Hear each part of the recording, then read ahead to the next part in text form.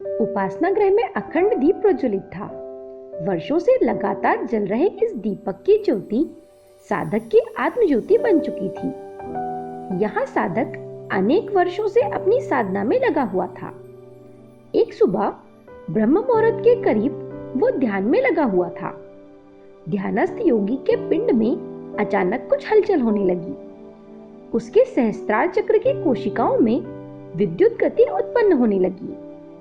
इसे इंद्रियातीत सुगंध, दृश्य अनुभव और स्पर्श अनुभव होने लगे।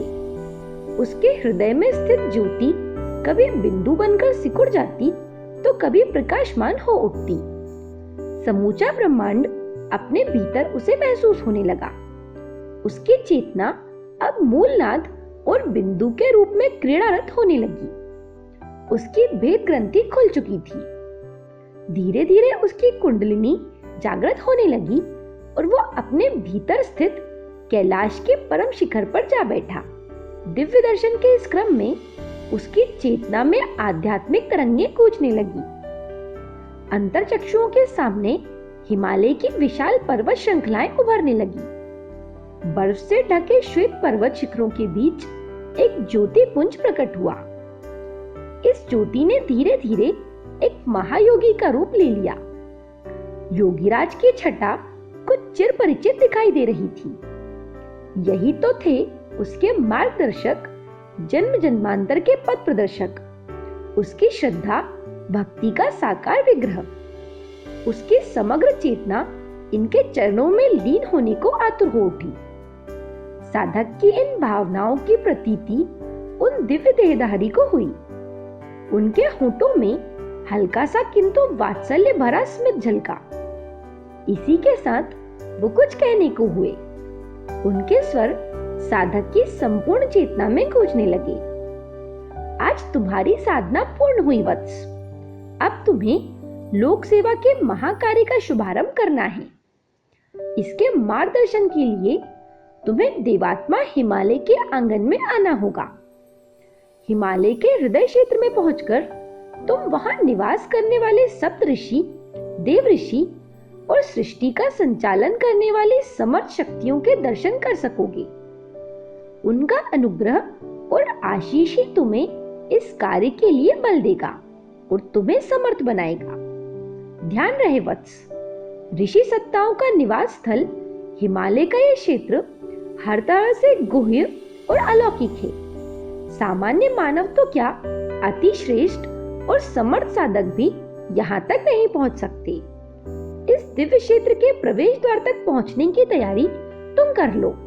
शेष मार्गदर्शन तुम्हें वहीं मिलेगा।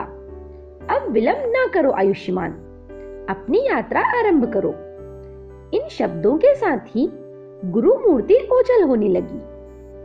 अंतः की गहराइयों में डूबी चेतना धीरे धीरे बाहर की ओर अग्रसर हुई। कुछ पलों के बाद नयन उन्मीलित हुए। सामने अखंड दीपक का मंद मंद प्रकाश उपासना गृह की इस छोटी सी कोठरी में हिमालय का संचार कर रहा था। एक अलौकिक आभा और सुगंध अब भी वहां बिखरी हुई थी। साधक ने उस दीप ज्योति को साक्षात अपने गुरु की प्रतिमूर्ति मानकर श्रद्धा के साथ प्रणाम किया और उठ खड़ा हुआ। अब उसे अपनी हिमालय यात्रा की तैयारी जो करनी थी। हिमालय प्रस्थान के लिए अपने गुरु का आदेश पाकर साधक का मन अतिशय पुलकित और प्रफुल्लित था। उसके मुख पर छाई प्रसन्नता की दीप्ति से ऐसा लग रहा था मानो उसे सर्वस्व मिल गया हो। वेद पुराणों में सुनी पड़ी गई ऋषि वाणी के दर्शन और अनुग्रह की बात उसे रोमांचित कर रही थी। परिजनों को उसने अपनी हिमालय यात्रा की बात बड़ी हिचकिचाहट के साथ बताई। उसके मन के किसी कोने में आशंका हो रही थी कि शायद ये बात सुनकर वो मना कर दें, लेकिन आज तो सब के सब किसी अज्ञात शक्ति के सम्मोहन में बंधे हुए थे। उन्होंने आज्ञा ही नहीं दी, बल्कि प्रसन्नता पूर्वक यात्रा की तैयारी में अपना योगदान भी दिया। गांव नगर छोड़ते हुए उसने शीघ्रातिशीघ्र देवात्मा हिमालय के प्रवेश द्वार पर कदम रखे। उत्साह के अतिरेक में उसे कुछ समझ नहीं आया कि उसे यहाँ पहुँचने में कितना समय लगा। ध्यान की गहराई में देखी दृश्यावली को अपने सम्मुख देखकर वो अभिभूत हो गया। अपने बढ़ते कदमों के साथ उसने देखा कि सामने एक पहाड़ी गांव है। इस बस्ती से कुछ दूरी पर नदी किनारे एक साधु थे। अपनी पर्णकुटी के पास खड़े होकर वो प्रातः के अरुणोदय सौंदर्य के दर्शन कर रहे थे। ढलानों पर हरियाली फैली थी। ऊंचे देवदार के वृक्षों के जंगलों में कुछ ग्रामीण लकड़ी बटोर रहे थे। नदी का प्रवाह सामने था और पक्षी यहाँ वहां उड़ रहे थे। उपत्यका में विविध आकार के शिलाखंड बिखरे पड़े थे। हवा शीतल, स्निग्ध और उत्साहवर्धक थी।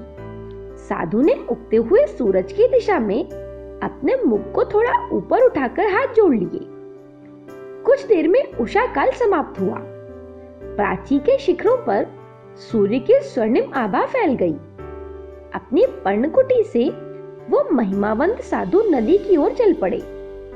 शायद उन्हें किसी के आगमन की प्रतीक्षा थी।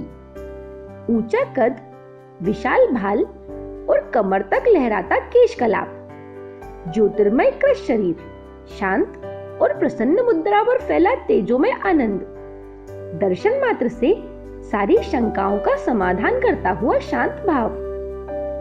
आयु का अनुमान लगाना कठिन, किंतु शारीरिक गठन देखकर लगता था आयु 60 के आसपास होगी। नदी से अपने जलपात्र को पूर्ण करके ऋषि अपनी कुटी में लौट आए। जलपात्र कोने में रखकर वो दरवाजे से झांकने लगे। क्षण मात्र में उनके चेहरे पर एक विशेष उल्लास का भाव उमड़ आया।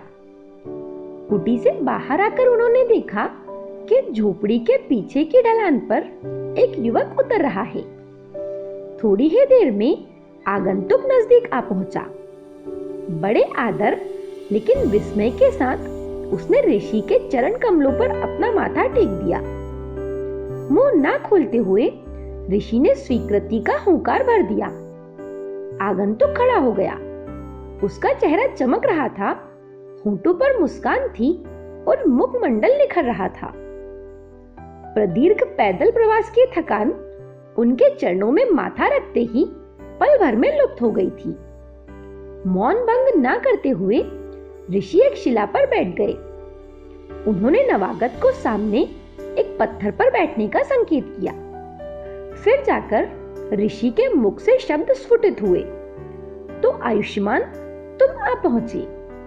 ऋषि का संतोष शब्दों में प्रकट हो रहा था। गुरुदेव, आप जानते थे कि मैं आ रहा हूं। साधक के इन स्वाभाविक प्रश्नों का उत्तर देना ऋषि को आवश्यक नहीं लगा। उन्होंने कहा, पहले आराम करो, कुछ खाओ और आज दिन भर आराम करो। ये कहकर वो एक और चल पड़े। चलते चलते उन्होंने साधक की तरफ स्नेह भरी दृष्टि से देखते हुए कहा, जो जन्म जन्मांतर से गुरु शिष्य रहे हैं, उन्हें कुशल प्रश्न जैसी औपचारिक बातों की आवश्यकता नहीं होती। गुरु की इस सघन कृपा को स्वयं पर अनुभव कर नवागत के चेहरे पर विस्मय और संतुष्टि के भाव उभर आए। उसका काष्ठ गदगद हो उठा। आंखों में आनंद अश्रु आ गए। अनिर्वचनीय आनंद से उसने आंखें मूंद ली। कपोलों पर आंसू झरने लगे। अतीत आदर भाव से उसके हाथ अनायास ही जुड़ गए। वो अपने आप को संभाल नहीं सका और सहसा गुरु के चरणों पर गिर गया। गुरु ने दाहिना हाथ उसके माथे पर रखा और आशीर्वाद देकर धीमी गति से निकल गए। अनादि और अनंत काल की गरिमा को संजोता हुआ दिन तालबद्ध गति से आगे बढ़ने लगा। हिमाच्छादित शिखर चमक रहे थे। नदी में बहता हुआ जल कलकल करता बहे जा रहा था। होते होते दिन ढल गया और संध्या की निस्तब्धता चारों तरफ फैल गई। अस्तांचल से एक बार दिनपति ने जगत को देखा और विराग की छाया संपूर्ण धरातल पर विस्तीर्ण हो गई। संपूर्ण हिमाच्छादित गिरि शिखर गैरिक वर्णीय विरांगी सन्यासी के वेश में परिवर्तित हो गए।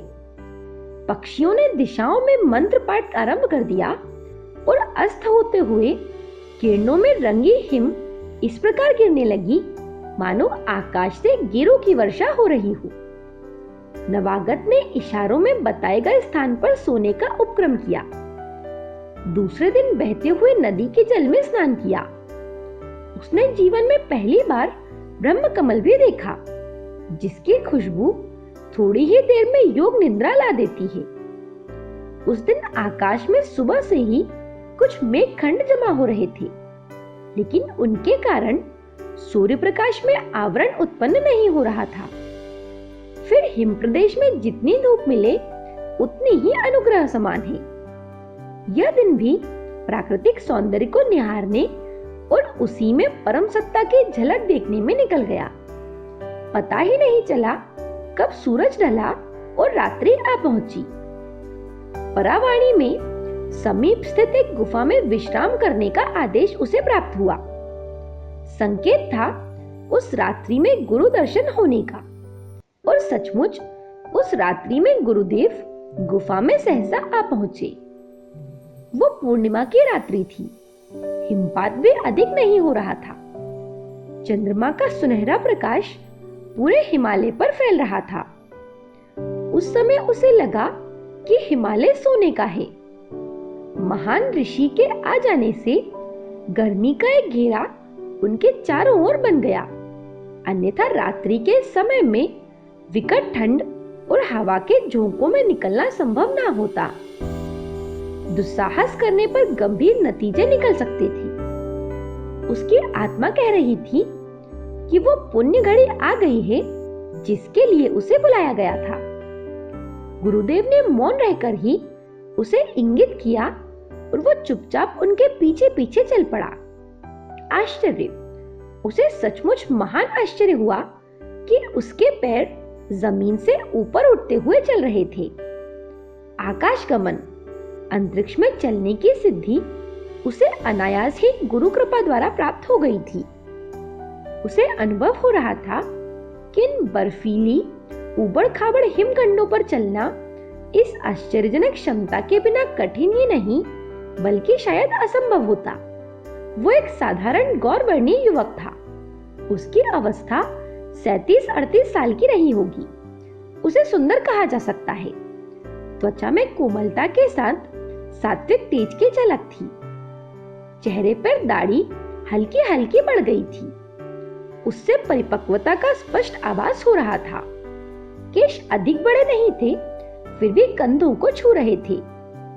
मुखमंडल को देखकर उसकी पारदर्शी निष्ठा को कोई भी परख सकता था।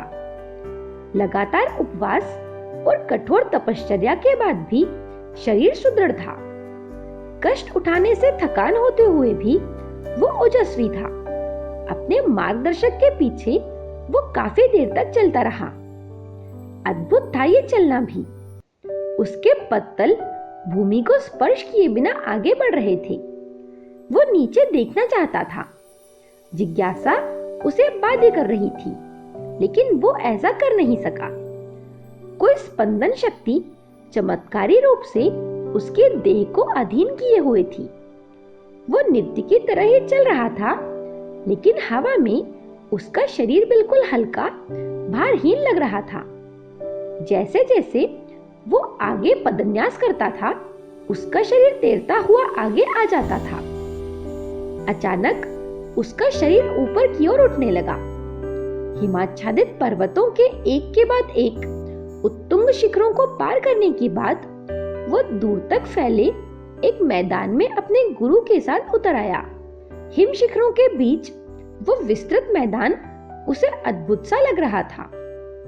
थोड़ी दूरी पर श्वेत चमकदार और काफी बड़ी 7 अलग-अलग शिलाओं पर 7 महर्षि बैठे हुए थे। उन्हीं के पास मखमली भूमि पर अन्य दिव्य देहधारी ऋषि और देव शक्तियां विराजमान थी। उन सभी के देह से निकलने वाले प्रकाश ने समूचे वातावरण को उजास से भर दिया था। उसने देखा निरभ्र आकाश में चंद्रमा के नेतृत्व में सभी तारे हिम शिखरों पर अपनी ज्योति धाराएं उड़ेलने में तत्पर थे। पास ही कहीं सरोवर के जल से आ रही कलकल की आवाज वातावरण को संगीतमय बना रही थी और हिमालय के बर्फ से ढके श्वेत ऊंचे शिखर शाश्वत प्रहरी के नाते खड़े पहरा दे रहे थे। इन दोनों गुरु शिष्यों को देखकर सभी के चेहरों पर एक अनोखी चमक उभर आई। ऐसा लगता था मानो सभी को इनकी ही प्रतीक्षा थी। गुरु ने स्फटिक शिलाओं पर बैठे ऋषियों से अपने शिष्य को परिचित कराया। ये है सप्तऋषि मंडल के सदस्य महर्षि गौतम, भरद्वाज, जमदग्नि, विश्वामित्र, वशिष्ठ, काश्यप और अत्रि। इन्हीं के मार्गदर्शन और नेतृत्व में दिव्य ऋषि सत्ताएं और देव शक्तियां सृष्टि की सूक्ष्म व्यवस्था का संचालन करती हैं। वत्स, यही है हिमालय का यथार्थ दैवीय रूप। यही है वो विभूतियां जिनके पर्वतराज चलते हिमालय का यशोगान होता है। गुरुवाणी सुनकर शिष्य चमत्कृत और कृतकृत्य था। तभी सप्तऋषियों के संवेद स्वर उसके चेतना में उभरे। तुम्हें हम सभी ने इसीलिए यहाँ बुलाया है जिससे तुम हिमालय के इस दिव्य संदेश को मानव में प्रसारित कर सको। ये वही हिमालय है जिसकी गोद में मानव ने पहली बार अपनी आंखें खोली हैं। इसी के आंचल की छांव में मानव सभ्यता की शुरुआत हुई है। यही सबसे पहले वेद मंत्रों के स्वर गूंजे थे। इसी के आश्रय और समीप्य से भारतवर्ष ने स्वर्गादपि करीसी की महिमा गाई। तभी वो बीच में बोल पड़ा, लेकिन आजकल तो संकोचवश वो इसके आगे कुछ बोल ना सका। हमें भारतवर्ष और विश्व की वर्तमान परिस्थितियों की जानकारी है आयुष्मान। नवसृजन के प्रेरक महर्षि विश्वामित्र कह रहे थे कि वर्तमान की सभी समस्याएं एक दूसरे से गुथी हुई हैं। हर समस्या का दूसरी से घनिष्ठ संबंध है, चाहे वो पर्यावरण हो, आयुधों का जमाव हो, अनीति दुराचार हो अथवा अकाल महामारी जैसी आपदाएं हो। इन सबके पीछे मानव की दुर्बुद्धि काम कर रही है। समाधान तभी संभव है जब मानवीय बुद्धि का शोधन हो। मानवीय बुद्धि का शोधन, उसे ऋषि की बात थोड़ी अटपटी लगी। इसे दूसरे शब्दों में कह सकते हैं विचार क्रांति। जिस गायत्री मंत्र की तुमने इतने वर्षों तक साधना की है, वो यथार्थ में विचार क्रांति का ही मौलिक सूत्र है। मानवीय वृत्तियां और विचारों को सन्मार्ग की ओर प्रेरित करने वाला मंत्र। वत्स, सदिचारों को उन्नत आदर्शों के साथ जनजीवन के समक्ष प्रस्तुत करो। अतीत के महामानवों के जीवन को, प्रेरणास्पद घटनाओं को वर्तमान परिप्रेक्ष्य में प्रस्तुत करने से आदर्शवादी मान्यताएं खुलसेंगी और मानव उन्हें अपनाने के लिए अग्रसर होगा। सप्तऋषियों के इस विचार मंथन से समस्त ऋषि समुदाय और देव शक्तियां सहमत थीं। सभी को लग रहा था कि अतीत के महापुरुषों, महादेवियों के गौरवशाली जीवन प्रसंगों को देखकर जन भावनाएं उद्वेलित हुए बिना नहीं रह सकेंगी। सप्त महर्षि उनसे कह रहे थे कि आयुष्मान, गायत्री मंत्र की सतत साधना और गुरु के अनुग्रह ने तुम्हें प्रज्ञा पुरुष बनाया है। अब तुम्हारी बारी है। तुम जन जन की बुद्धि का शोधन करो, उनकी भावनाओं को जागृत करो और उन्हें प्रज्ञा पुत्र बनाओ। इन दिव्य शक्तियों का अनुग्रह और आशीष पाकर वो धन्य अनुभव कर रहा था। देवीय ऊर्जा से उसका शरीर भी आभामय हो गया। उसके नेत्रों में पहले से कहीं अधिक तेज चमकने लगा था। उसका मुखमंडल तप्त सूर्य की भांति चमकने लगा था। सभी को भक्ति भाव और विहल मन से प्रणाम करके वो अपने गुरु के साथ वापस लौट गया। कुछ ही समय में हिमालय के उस दिव्य क्षेत्र का प्रवेश द्वार आ गया। उसके गुरु कहने लगे, वत्स, आज अलग होने से पहले मैं तुम्हें प्रस्थानिक संदेश देना चाहता हूँ। विश्वास रखो, मानव की आत्मशक्ति अविनाशी है। उसका वैभव असीम है। उसका अमर्यादित विस्तार हो सकता है। एक दिव्य तत्व मानव देह में चेतना उत्पन्न करता है। वो तत्व हमारे अंदर रहता है और बाहर भी। वो शाश्वत परोपकारी होता है।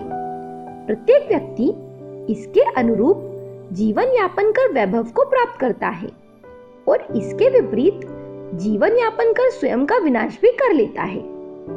अब जाओ और अपने देशवासियों के सामने, समूची मानव जाति के सामने आदर्श महामानवों के प्रेरक चरित्रों को हृदयस्पर्शी ढंग से प्रस्तुत करो, जिससे वो आत्मविनाश से आत्मसृजन की ओर कदम बढ़ा सके। तुम कभी अकेले नहीं रहोगे, इसका पूर्ण विश्वास तुम रखना। दिव्य गुरु के संदेश को शिष्य ने श्रद्धा के साथ शिरोधार्य किया और उसके कदम हिम शिखरों से जन संकुल की ओर लौट पड़े। ये कहानी आपको अच्छी लगे तो लाइक और कमेंट जरूर करें। मेरे साथ बने रहने के लिए आप सभी का धन्यवाद।